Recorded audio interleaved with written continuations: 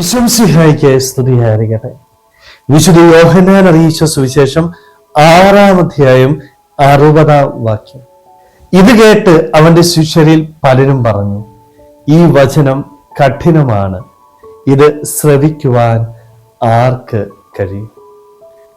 ദൈവവചനം പാലിക്കുക എന്ന് പറയുന്നത് ഒരിക്കലും എളുപ്പമുള്ള കാര്യമല്ല എന്ന് കൃത്യമായിട്ട് ഈശോ വചനത്തിലൂടെ നമ്മളെ ഓർമ്മിപ്പിക്കുകയാണ്.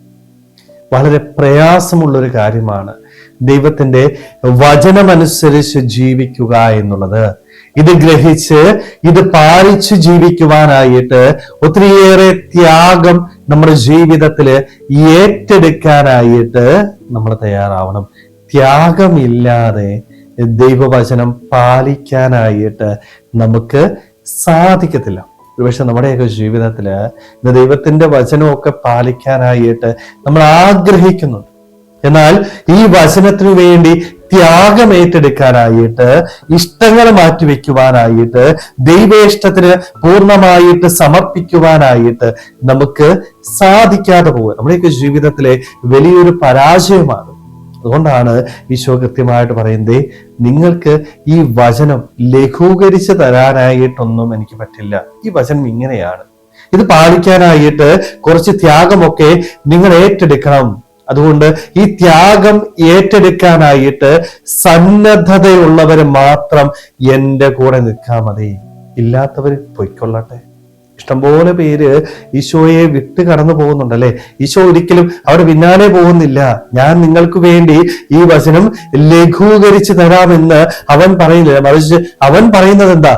അവര് പോകുന്നേ പൊയ്ക്കോട്ടെ, നിങ്ങളും പോകാനായിട്ട് ആഗ്രഹിക്കുന്നുണ്ടോ? എൻ്റെ വചനം ഏതായാലും ഞാൻ ലഘൂകരിക്കുന്നില്ല.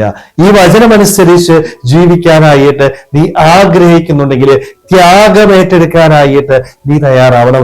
നിന്നെ തന്നെ പരിത്യജിക്കാനായിട്ട് നീ തയ്യാറാവണം. ഞാനെന്ന ഭാവം വെടിഞ്ഞ് സ്വയം എളിമപ്പെട്ട് ദൈവഹിതത്തിന് നമ്മളെ തന്നെ സമർപ്പിക്കുമ്പോഴാണ് ദൈവത്തിന്റെ വചനം നമ്മുടെ ജീവിതത്തില് പ്രാവർത്തികമാക്കുവാനായിട്ട് നമുക്ക് സാധിക്കത്തുള്ളൂ. സ്നേഹമുള്ളവരെ, നമ്മുടെയൊക്കെ ജീവിതത്തില് എത്രമാത്രം ഈ വചനം ഏറ്റെടുക്കാനായിട്ട് നമുക്ക് സാധിച്ചിട്ടുണ്ടോ? അതോ ഇന്നും നമ്മൾ ഈ വചനം ചുമ്മാതെ കേട്ട് കടന്നു പോകുന്ന ഒരു വ്യക്തിയാണോ?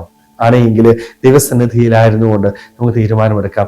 വചനത്തിനു വേണ്ടി ത്യാഗം ഏറ്റെടുക്കാം. നമ്മുടെ ഇഷ്ടങ്ങളും നമ്മുടെ ആഗ്രഹങ്ങളും സന്തോഷത്തോടുകൂടി ത്യജിക്കുവാനായിട്ട് ദൈവവചനത്തിന് ജീവിതത്തിൽ കൂടുതൽ പ്രാധാന്യം കൊടുത്ത് ആ വചനമനുസരിച്ച് ജീവിക്കുവാനായിട്ട് നമുക്ക് ഓരോരുത്തർക്കും ആത്മാർത്ഥമായിട്ട് ആഗ്രഹിക്കാൻ ശ്രമിക്കാം. ദൈവം നമ്മളെല്ലാവരെയും സമൃദ്ധമായിട്ട് അനുഗ്രഹിക്കട്ടെ. ആമേൻ.